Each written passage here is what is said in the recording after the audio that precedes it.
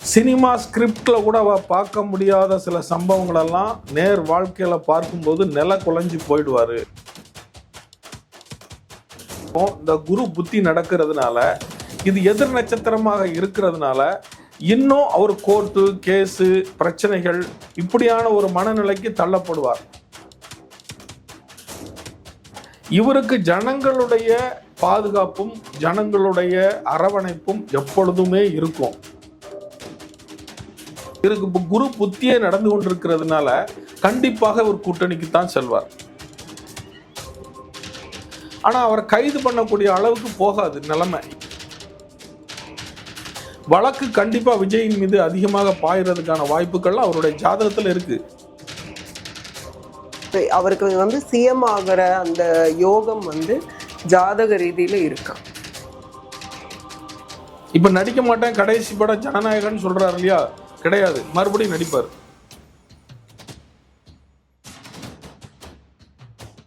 நிம்மதி property management. Contact 7667008800. வணக்கம் sir. வணக்கம். லகரம் வாய்ஸ் நேயர்களுக்கு விஹி நாராயணனுடைய அன்பான கனிவான வணக்கங்கள். விஜய்க்கு இப்போ ஜாதக ரீதியில இந்த டைம் எப்படி இருக்கு? விஜயினுடைய ஜாதகம் பாத்தீங்கன்னா, அவருடைய ஜாதக அமைப்பு எப்படின்னு கேட்டீங்கன்னா, அவருக்கு இப்போ நடந்துகிட்டு இருக்கக்கூடிய தசா புத்திகள் அவருடைய ஜாதகத்துல பாத்தீங்கன்னா சுக்கிர திசையில குரு புத்தி போயிட்டு இருக்குது. இந்த குரு புத்தியானது பாத்தீங்கன்னா 8/9/2026 வரைக்கும் நீடிக்கும். அவர் கடக ராசி பூசம் நட்சத்திரம். இந்த குரு புத்தியானது அவருடைய ராசிக்கு எதிர் நட்சத்திரமாக செயல்படுவதால அவருக்கு இப்போ நடக்கக்கூடிய நிகழ்வுகள் சவாலாகத்தான் இருக்கும். ஏன்னா அவருடைய லக்னத்திற்கு 6ல் தான் குரு இருக்கிறார். அப்போ குரு 6ஆம் இடம் என்பது எதிரிகள், துரோகிகள், நம்பிக்கை துரோகங்கள், இது மாதிரியான விஷயங்கள்லாம் நடக்கத்தான் செய்யும். நான் ஏற்கனவே அவருடைய ஜாதகத்தில் என்ன குறிப்பிட்டிருக்கேன்னா, சினிமா ஸ்கிரிப்ட்ல கூட பார்க்க முடியாத சில சம்பவங்களெல்லாம் நேர் வாழ்க்கையில பார்க்கும்போது நில குலைஞ்சு போயிடுவாரு.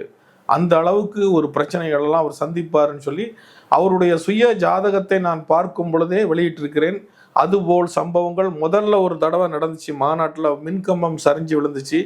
அப்பவும் எச்சரித்து ஒரு வீடியோ வெளியிட்டு இருந்தேன். இப்போ அந்த சம்பவமானது பெரிய அளவில் நிகழ்ந்து அந்த கரூர் ஏரியாவே ஒரு நிலைகுலையை செஞ்சிருக்குது. இது தமிழக மக்கள் மத்தியில் ஒரு பெரிய பீதியை ஏற்படுத்தியிருக்குது.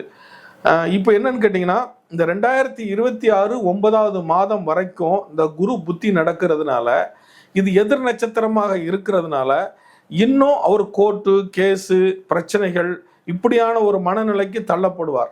ஆனால் அதே சமயத்தில் சுக்கிர தசையா இருக்கிறதுனால மக்களுடைய சப்போர்ட்டும் கிடைக்கும். ஏன்னா ஒரு கடகராசிங்கிறதே ஒரு மக்கள் தான்.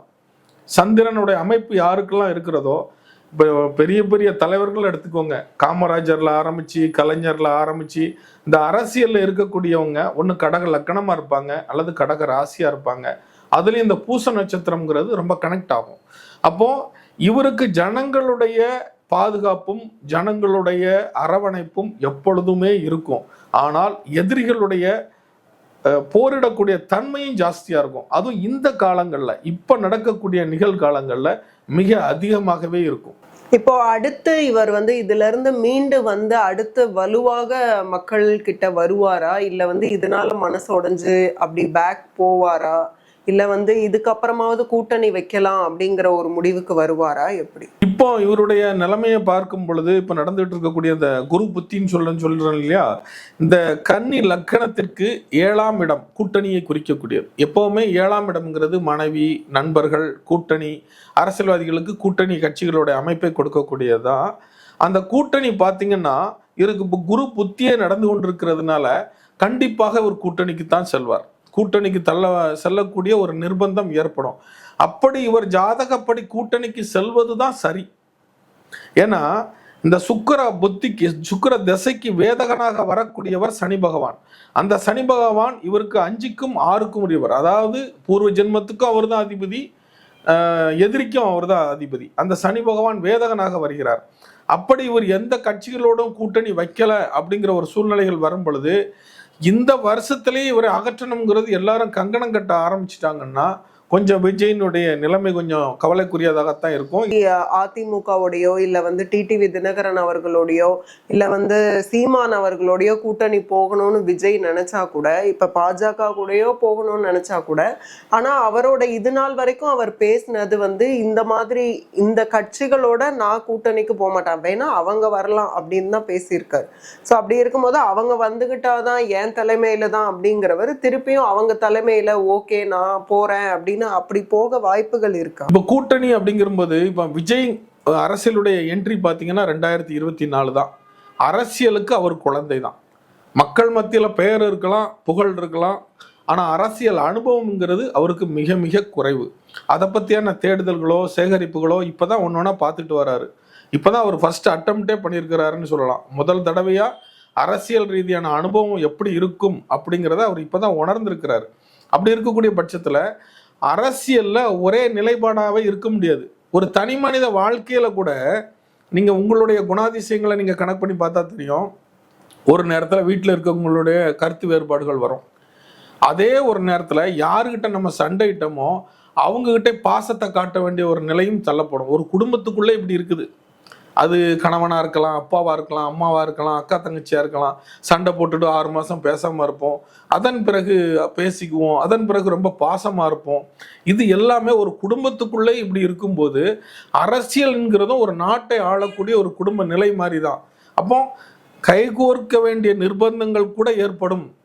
தன்னை இவர் யாரெல்லாம் எதிரியாக நினைக்கிறாரோ அவர்களிடமே கைகோர்க்கக்கூடிய நிலைமையும் ஏற்படும். ஏன்னா உங்களுக்கு ஒரு உதாரணத்துக்கு சொல்றதா இருந்தா, தீக கட்சி ஆரம்பிச்ச காலகட்டங்கள்ல, அதாவது கலைஞர், பெரியார், இந்த மாதிரி அண்ணாதுரை இவங்கள் இயக்கங்கள் ஆரம்பிச்ச காலகட்டங்கள்ல அவங்க மிக வலுவா எதிர்த்ததே காங்கிரஸ் தான். பிற்காலத்துல அந்த காங்கிரஸோட இன்றைய வரைக்கும் கூட்டணியில இருக்காங்க. அப்ப யாரை எதிரியாக யாரை நண்பனாக அரசியலில் எப்பொழுதும் என்ன வேணாலும் நடக்கலாம். எதிரியா இருக்கவன் நண்பனாகலாம், நண்பனா இருக்கவன் எதிரியாகலாம், துரோகியாகலாம். ஆகையினால இந்த அரசியல் நிலைப்பாட்டை பொறுத்த மட்டிலும் எனக்கு தெரிந்து இந்த தை மாதத்துக்குள் கூட்டணி முடிவு செய்து விடுவார். அப்படியா? ஆமா, கண்டிப்பா முடிவு செய்வார். இப்போ விஜயோட இப்ப நிறைய பேர் என்ன இந்த இன்சிடென்ட்க்கு அப்புறம் சொல்றாங்கன்னா, விஜய் வந்து அரெஸ்ட் பண்ணணும்னு சொல்றாங்க. விஜய் வந்து கைதாவாரா? அந்த அளவுக்கு சூழல் இருக்கா? விஜயை கைது பண்றதுக்கு சிக்க வைக்கிறதுக்கு பல கட்சிகள் ட்ரை பண்ண தான் செய்வாங்க. ஆனா அவரை கைது பண்ணக்கூடிய அளவுக்கு போகாது நிலைமை. ஏன்னா இதுல வந்து யாரெல்லாம் குறை சொல்ல முடியும் அப்படின்னு பாத்தீங்கன்னா எல்லாத்தையும் தான் குறை சொல்லணும். முதல்ல ஒரு தனி மனிதனா, நம்ம ஒரு தமிழனா, இப்போ இருக்கக்கூடிய மாநிலங்களில் ஓரளவுக்கு கல்வி வளர்ச்சி, சுய அறிவு வளர்ச்சி, ஓரளவுக்கு நிறைவாக வாழக்கூடிய மக்கள்னு பார்த்தீங்கன்னா தமிழகம் 2வது இடத்துல இருக்குது. அப்போ அப்படி இருக்கக்கூடிய இந்த அறிவு வளர்ச்சி உள்ள மக்கள் ஒரு நடிகனை பார்த்து இந்த அளவுக்கு ஓடுறாங்கன்னா அப்போ அவங்களுடைய சிந்தனைகள் எதில் இருக்குது? ஒன்று ஒயின் ஷாப்பை திறந்து வச்சா லைன்ல நின்று விஜய வந்து பார்க்க வராங்கன்னா எல்லாருக்குமே அந்த பாசம் தானே பிடிக்கும் அப்படிங்கிற ஒரு இதுல தானே போறோம். இப்போ அதை தாங்க சொல்ல வரேன். இப்போ எல்லாமே ஒரு அளவுகோல் தானே. உங்களுக்கு பிடிக்கும், பார்க்கலாம். கை குழந்தையோட போகணும்னு என்ன இருக்கு? கை குழந்தைகளோட போய் நிற்கணும், ஒரு நடிகனை பார்த்து முண்டி அடிச்சுக்கிட்டு அப்படி முச்சி வெயிலில் புழக்க நிற்கணும்னா அரசியலுங்கிறது வேற. ஒரு நடிகன் என்னைக்கு அரசியலுக்கு வரணும்னா, நடிகனை தான் நீங்கள் திரையில பார்க்குறீங்களே, அப்போ அவனை நேரில் பார்க்கும்போது இன்னும் பல சந்தர்ப்பங்கள் உருவாகும். உங்கள் முன்னாடி தோன்றி அவர் பேசக்கூடிய காலகட்டங்கள், மேடையில் தோன்றி பேசக்கூடிய காலகட்டங்கள்லாம் வரும். அது தோன்றி மறைவுடைய நிலவு கிடையாது, அது டெய்லி நம்ம பார்க்கக்கூடிய ஒரு நிகழ்வு தான்.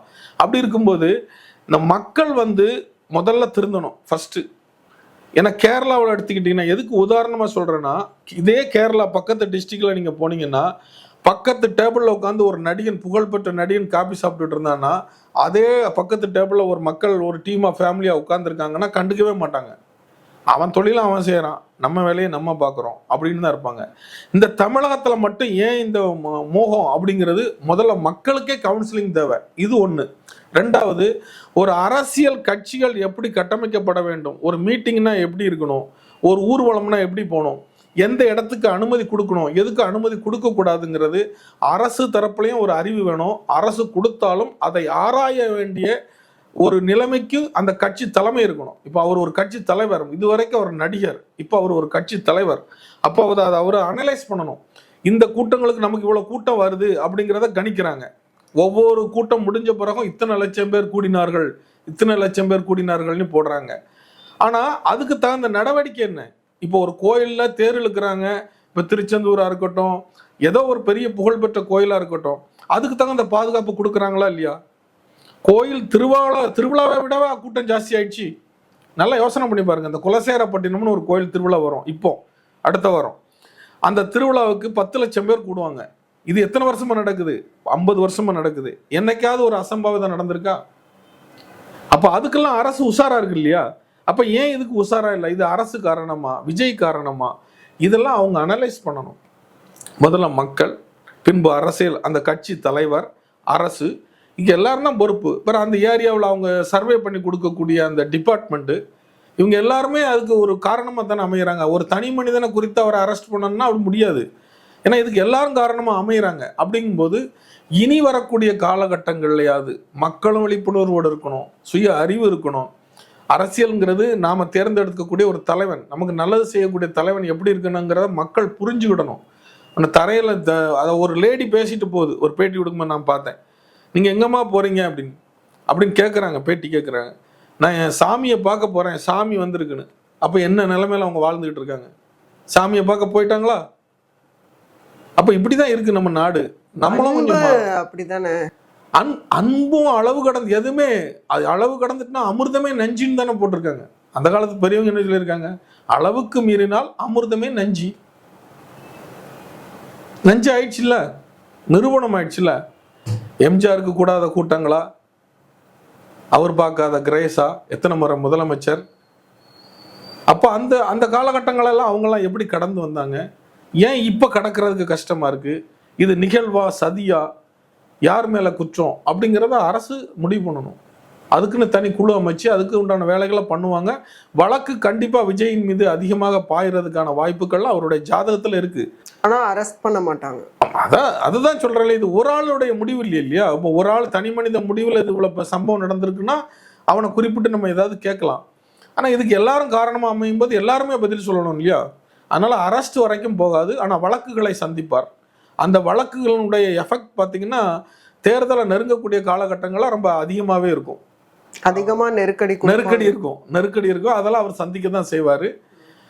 மக்கள் இந்த மாதிரி பொது இடங்களுக்கு போகும்போது குறிப்பாக தாய்மார்கள், குழந்தைகள், இவங்களுக்கெல்லாம் சரியான பாதுகாப்பு இருக்குதா அப்படிங்கிறதெல்லாம் பார்க்கணும். அவருக்கு சிஎம் ஆகிற அந்த யோகம் ஜாதக ரீதியில இருக்கு. அதாவது நான் இதுக்கு முன்னாடி குறிப்பிட்ட அவருடைய ஜாதகத்திலே நான் குறிப்பிட்டிருக்கிறேன்.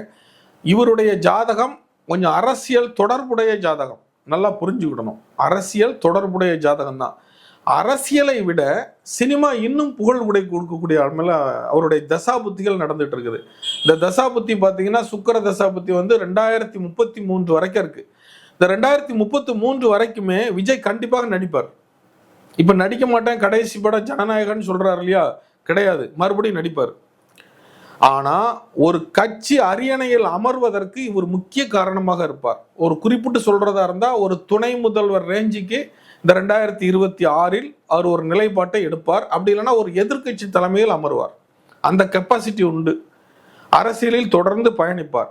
ஆனா தனி மனிதனாக தனிப்பட்ட புகழோடு விஜய் தான் முதலமைச்சர்னு சொல்லி சோலோவா போட்டிட்டு ஜெயிக்க முடியாது அவருடைய ஜாதகத்துல. ஏன்னா சூரியன் பாத்தீங்கன்னா இப்போதைக்கு ஜெயிக்க முடியாதா, இல்லை இனிமே வர்ற காலங்கள்லயும் அவர் கூட்டணி வச்சுதான் ஜெயிக்க முடியும்? அவருடைய சுய ஜாதகத்துல பாத்தீங்கன்னா அவருடைய சூரியன் தான் அரசு பதவியை குறிக்கக்கூடிய இடம். அவருடைய லக்னம் கன்னி லக்னம், 10ஆம் இடம் மிதுனத்தினுடைய வீடு. சூரியன் 10ஆம் இடத்துல அதிகாரமா தான் உட்கார்ந்துருக்கிறார். ஆனா யார் காலில் உட்கார்ந்துருக்காருன்னு பாத்தீங்கன்னா திருவாதிரை நட்சத்திரத்தில் உட்கார்ந்துருக்கிறார். அந்த திருவாதிரை நட்சத்திரம் என்பது முடக்கு நட்சத்திரம். அப்போ ஒருத்தரை முடக்கக்கூடிய இடத்துல போய் சூரியன் உட்காரும் பொழுது எப்படி தனி சோழவா போய் உட்கார முடியும்? கூட்டணியோட தான் உட்கார முடியும். எந்த இடம் அவருக்கு பதவி ஸ்தானத்தை கொடுக்குதோ, சனி பகவானோடு அமர்ந்திருக்கிறார். சூரியன், புதன், சனி 3 பேருமே பதவி கர்மக்காரகன் சனி பகவான். சூரியன் பதவி அரசியலுக்கு உண்டான கிரகம், எல்லாமே சரி. ஆனால் அந்த உட்கார்ந்திருக்கக்கூடிய சாரமானது ராகு பகவானுடைய சாரம். அப்போ அப்படி இருக்கும் பொழுது அது முடக்கு நட்சத்திரமாக வேற வருவதனால இவருடைய தனிப்பட்ட பவர்ல போய் உட்கார முடியாது. ஏதாவது ஒரு ஆள் கை பிடிச்சிட்டு தான் உட்கார முடியும். 2 நிலைப்பாடோட தான் உட்கார முடியும். 2 பேர்த்துல யார் இப்போ நம்ம இப்போ எடுத்துக்கோங்களேன். இப்போ ஸ்டாலின் ஐயா முதலமைச்சராக இருக்கிறாங்க, துணை முதல்வர் யாரு? உதயநிதி வந்துட்டார் இல்லையா? அப்ப அவர் ஜாதகத்துல அந்த பவர் இருக்க போய் தானே. திமுகவுல எத்தனையோ தலைவர்கள் இருக்காங்க, ஏன் அவருக்கு அந்த அமைப்பு போச்சு?